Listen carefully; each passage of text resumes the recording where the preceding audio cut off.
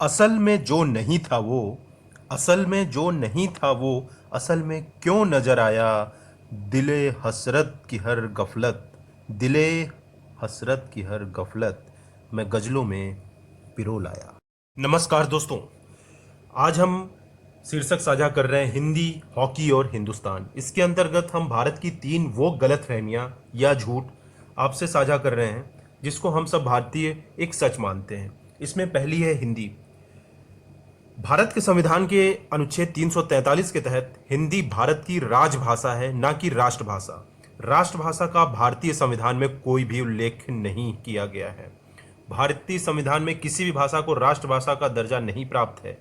सरकार ने 22 भाषाओं को आधिकारिक भाषा के रूप में जगह दी है, जिसमें केंद्र सरकार या राज्य सरकार अपने जगह के अनुसार किसी भी भाषा को आधिकारिक भाषा के रूप में चुन सकती हैं। केंद्र सरकार ने अपने कार्यों के लिए हिंदी और अंग्रेजी भाषा को आधिकारिक भाषा के रूप में जगह दी है। इसके अलावा अलग अलग राज्यों में स्थानीय भाषा के अनुसार भी अलग अलग आधिकारिक भाषाओं को चुना गया है। फिलहाल 22 आधिकारिक भाषाओं में असमी, उर्दू, कन्नड़, कश्मीरी, कोंकणी, मैथिली, मलयालम, मणिपुरी, मराठी, नेपाली, ओडिया, पंजाबी, संस्कृत, संतली, सिंधी, तमिल, तेलुगु, बोडो, डोगरी, बंगाली और गुजराती हैं। वर्तमान में सभी 22 भाषाओं को आधिकारिक भाषा का दर्जा प्राप्त है। वर्ष 2010 में गुजरात उच्च न्यायालय ने भी सभी भाषाओं को समान अधिकार के साथ रखने की बात की थी। अधिकांश भारतीय हिंदी को भारत की राष्ट्रभाषा के रूप में जानते हैं, जबकि वह एक राजभाषा है। राष्ट्रभाषा और राजभाषा का अंतर यह होता है कि राष्ट्रभाषा वह भाषा होती है जो एक पूरे राष्ट्र अथवा देश द्वारा समझी, बोली और जानी जाती है तथा उस राष्ट्र की संस्कृति एवं धरोहर से संबंधित होती है, और यह पूरे देश की अपनी भाषा होती है। राजभाषा का अर्थ यह है कि राजकाज की भाषा, शासन प्रशासन सरकार द्वारा जो भाषा प्रयोग में लाई जाती है। भारत में वो राजभाषा का दर्जा हिंदी और अंग्रेजी को समान रूप से प्राप्त है। अब बात करते हैं भारतीय खेलों में हॉकी के महत्व की। दोस्तों, भले ही किताबों और सरकारी वेबसाइट पर लिखा हो और हमने बचपन से ये पढ़ा और जाना कि भारत का राष्ट्रीय खेल हॉकी है, लेकिन सच्चाई ये नहीं है दोस्तों। इसका खुलासा वर्ष 2012 के मई माह में दायर एक आरटीआई में हुआ, जिसका जवाब देते हुए वर्ष 2012 के जून माह में भारतीय खेल मंत्रालय के तत्कालीन अपर सचिव शिव प्रसाद सिंह तोमर ने इसका खुलासा किया कि वर्ष 2012 तक भारत सरकार ने किसी भी खेल को राष्ट्रीय खेल का दर्जा नहीं दिया हुआ है दोस्तों। हालांकि भारतीय हॉकी ने ओलंपिक में कुल 11 मेडल जीते, जिसमें 8 गोल्ड, 1 सिल्वर और 2 ब्रोंज मेडल शामिल है। 1928 के एम्स्टर्डम ओलंपिक से लेकर 1956 तक ओलंपिक में भारतीय हॉकी का दबदबा रहा।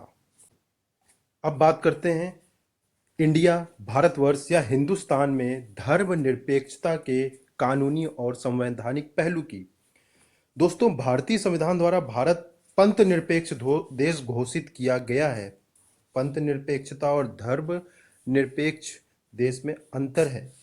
कई लोग मानते हैं कि सेकुलर शब्द का अर्थ धर्मनिरपेक्ष है, लेकिन उसका अर्थ पंथ निरपेक्ष होता है, अर्थात कानूनी कार्रवाई भी सभी धर्मों के लोगों पर समान रूप से होगी।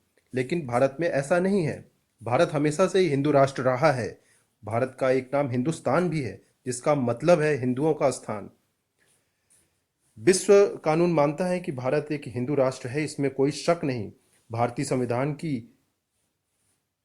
एक पूर्व पीठिका में 1950 के बाद 26 वर्षों के अंदर ही देश की परिस्थितियां कुछ इस कदर बदली कि तत्कालीन प्रधानमंत्री श्रीमती इंदिरा गांधी के कार्यकाल में 42वें संविधान संशोधन के जरिए 1976 में धर्मनिरपेक्ष शब्द का पहली बार प्रयोग किया गया, जोड़ा गया।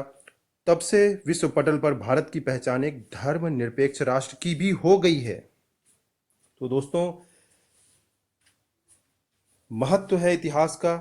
ऐतिहासिक रूप से भारत सर्वधर्म समन्वय और वैचारिक एवं दार्शनिक स्वतंत्रता अनादिकाल से चली आ रही है, और वसुधैव कुटुंबकम और सभी धर्मों को समान रूप से मानने और व्यापक रूप से उनको को फैलाने के लिए भारत हमेशा से धर्मनिरपेक्ष राष्ट्र के रूप में जाना और माना गया, लेकिन कानूनी और संवैधानिक तौर पर इसकी पहचान वर्ष 1976 के बाद ही बनी है। तो दोस्तों, ये थी वो 3 भूल, गलतियां या गलतफहमियां जिसको अधिकांशतः भारतीय सत्य मानते हैं। असल में जो नहीं था वो, असल में जो नहीं था वो असल में क्यों नजर आया, यही बात कई बार समझ से परे हो जाती है। आशा करता हूँ आपको ये वीडियो पसंद आएगा। धन्यवाद। जय हिंद।